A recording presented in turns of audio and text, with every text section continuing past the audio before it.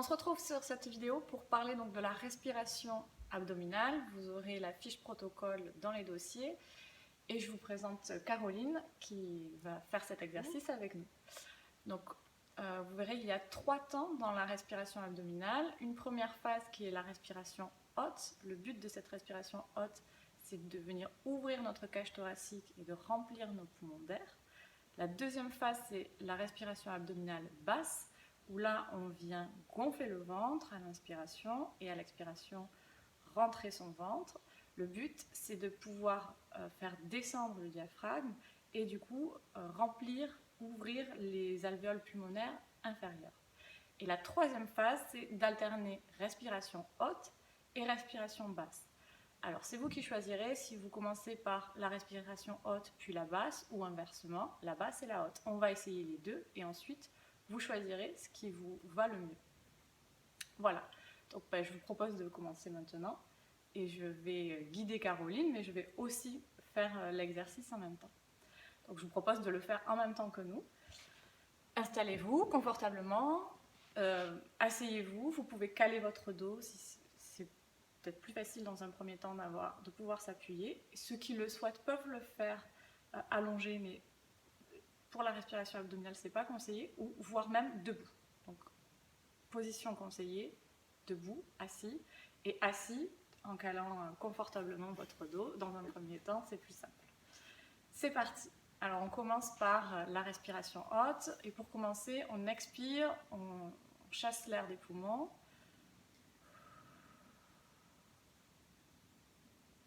Vous pouvez, si vous le souhaitez, utiliser vos mains comme repère, notamment lorsqu'on fait les phases dissociées, pour vérifier que vous utilisez bien soit le haut du corps, soit l'abdomen. Dans un premier temps, comme on ne doit pas utiliser la respiration basse, c'est bien d'avoir peut-être la main pour vérifier que votre abdomen ne suit pas. Parce que lorsqu'on a l'habitude, qu'on a travaillé sur la respiration, on a tendance à vouloir utiliser son abdomen. Donc, dans un premier temps, vous pouvez mettre vos mains pour vérifier. C'est une aide qui peut être importante. Alors, c'est parti. On vide l'air. Et on est parti pour 5 respirations hautes.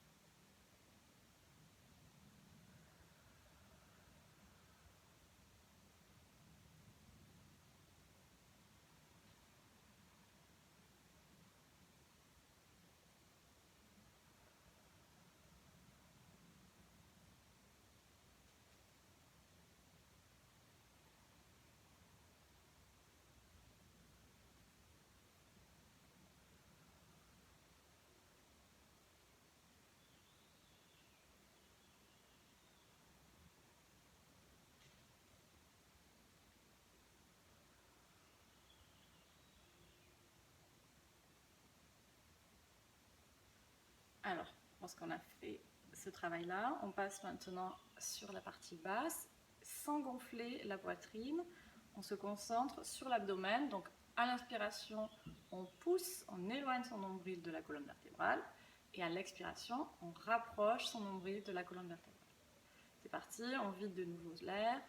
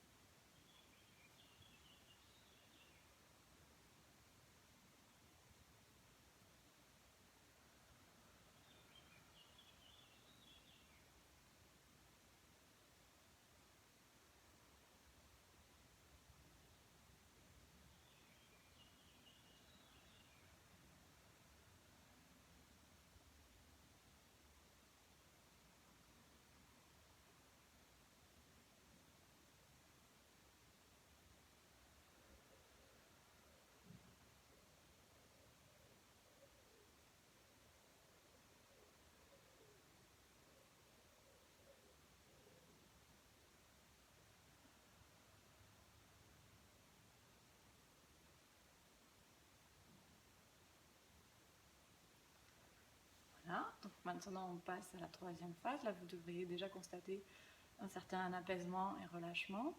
Maintenant, on va combiner les deux. Donc, moi, je te propose, Caroline, qu'on commence par respiration basse, puis respiration haute. Donc, sur un même inspire, en fait. Sur une même inspiration, je gonfle d'abord l'abdomen, puis la poitrine, et j'expire.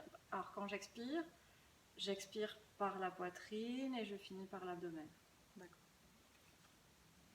Donc, abdomen, poitrine, abdomen. On vide les poumons.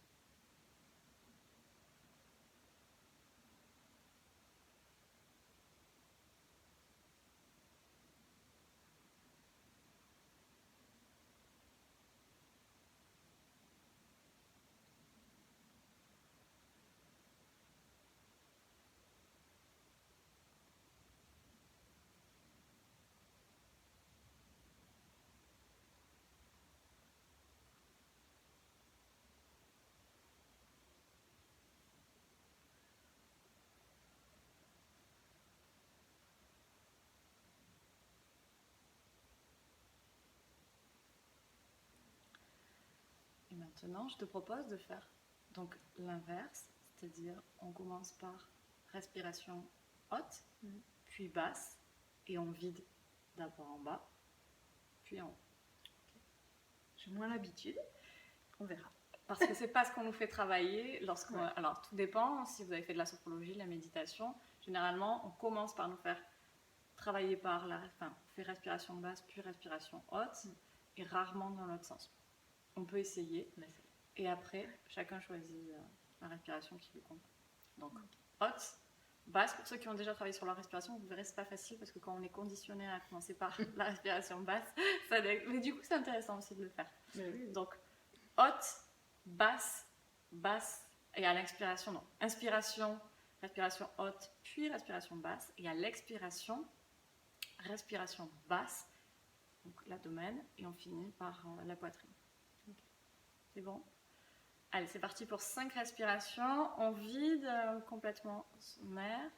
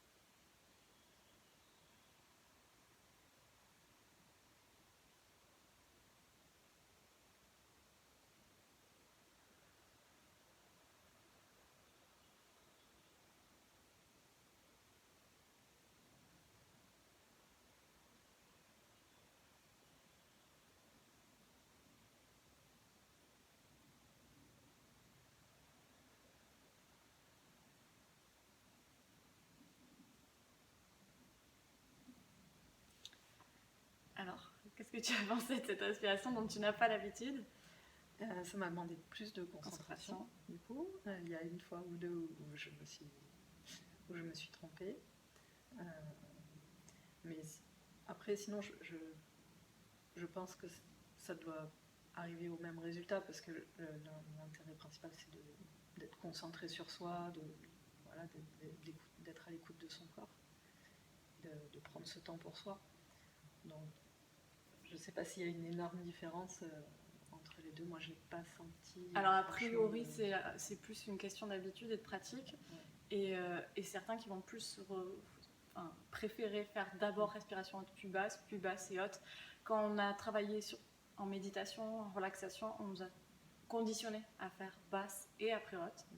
Et au final, alors, il semblerait qu'au niveau physiologique, il n'y ait pas de différence sur les bénéfices. Les bénéfices de la respiration abdominale, comme tous les exercices qu'on va voir, c'est d'agir sur le système nerveux parasympathique et donc de permettre par une inspiration lente de pouvoir agir et diminuer la pression artérielle, le rythme cardiaque, voilà. Donc au niveau physiologique, que tu fasses d'abord respiration basse, puis haute ou haute et basse, ça n'a aucune incidence. Donc en fait, ça permet aussi de peut-être déconditionner des croyances sur le fait qu'il fallait absolument commencer par en bas. Peu importe. En fait, j'ai envie de dire que pour ceux qui découvrent, peut-être que spontanément, ça sera plus facile pour eux de commencer par la poitrine, après par l'abdomen. Peu importe, ce qui est important, c'est que la respiration haute permet d'ouvrir la cage thoracique et de remplir plus facilement du coup ses poumons d'air. Et la respiration abdominale permet de redescendre un petit peu le diaphragme et du coup de pouvoir vraiment venir gonfler ses alvéoles pulmonaires inférieures. Donc les deux ont... Et aussi de relâcher le plexus solaire, c'est un lieu de tension. Donc en fait les deux ont leur utilité, peu importe après si on utilise la haute, la basse en premier. Il faut faire en fonction de ce qui nous va le mieux. Voire même de pouvoir changer et de déconditionner, ça c'est intéressant, de pouvoir déconditionner des apprentissages. Quand on sait que physiologiquement au final ça a le même intérêt, ça permet d'alterner et d'obliger notre cerveau à se déprogrammer sur des choses qui sont très conditionnées. Après, quand on est dans un contexte nerveux, de tension, de stress, on déconditionne pas. On s'amuse à déconditionner quand on est à la maison et qu'on pratique. Quand on est dans un contexte stressant, on fait ce qu'on a l'habitude de faire et qui nous rassure. D'accord. J'essaye pas de faire ça le jour où je vais à un examen, par exemple. Voilà, le jour où tu as un examen, le jour où tu es en concours, tu te dis tiens, aujourd'hui j'ai changé. Non, aujourd'hui tu ne changes surtout pas, tu fais ce que tu as l'habitude de faire et qui fonctionne. D'accord, merci. Du coup, là je te propose de faire en fait 5 respirations et tu choisis ce qui toi spontanément te va le mieux et t'apporte le plus de confort. Et ensuite tu me diras ce que ça t'a apporté physiquement, psychiquement, enfin voilà, ce que la respiration abdominale peut t'apporter. Parti. Alors, on va peut-être pas choisir la même formule, toi et moi, on verra après. C'est parti. Je pense que je vais essayer la nouvelle du coup. D'accord. Pour voir. Allez, c'est parti, donc c'est pour 5 respirations.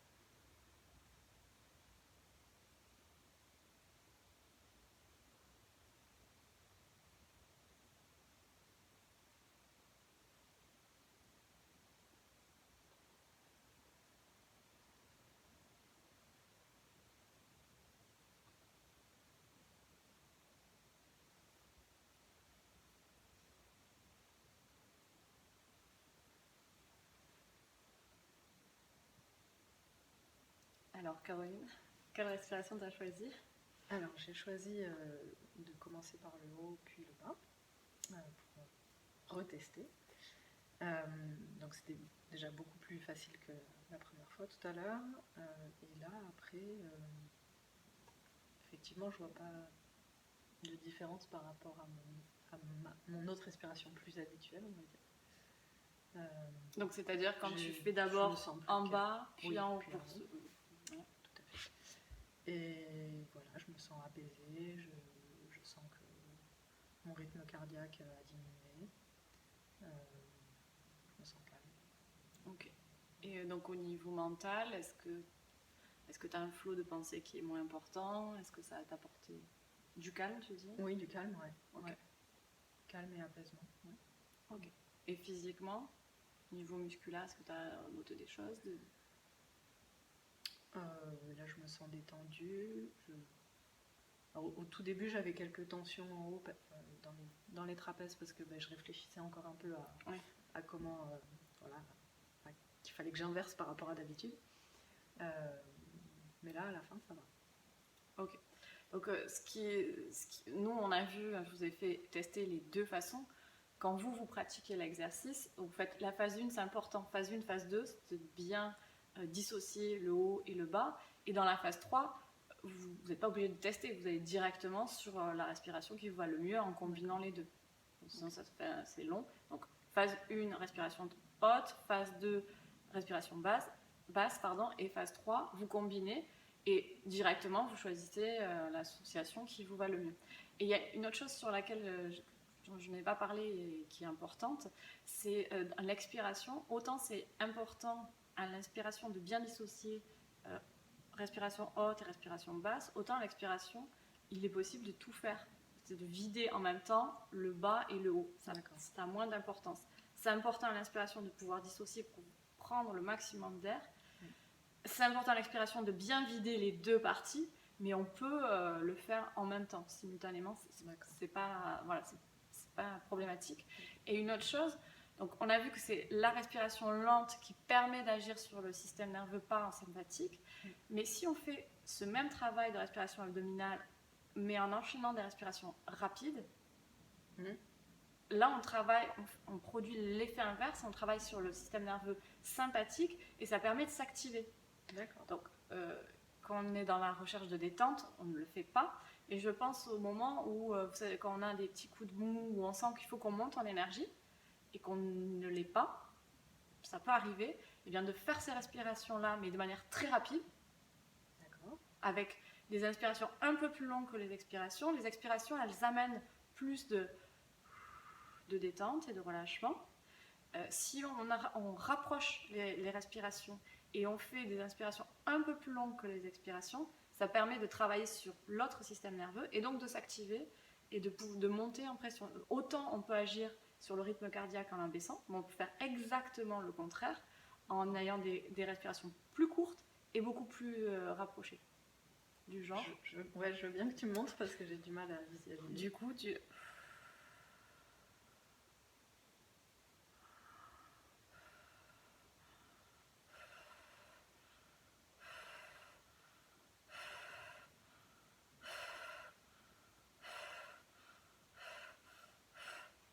plus tu vas augmenter ça, plus là du coup tu suroxygènes ton cerveau et ça agit, ça fait l'effet inverse. Ça met en action. Ça te met en action, ça te fait monter en activité. Ok.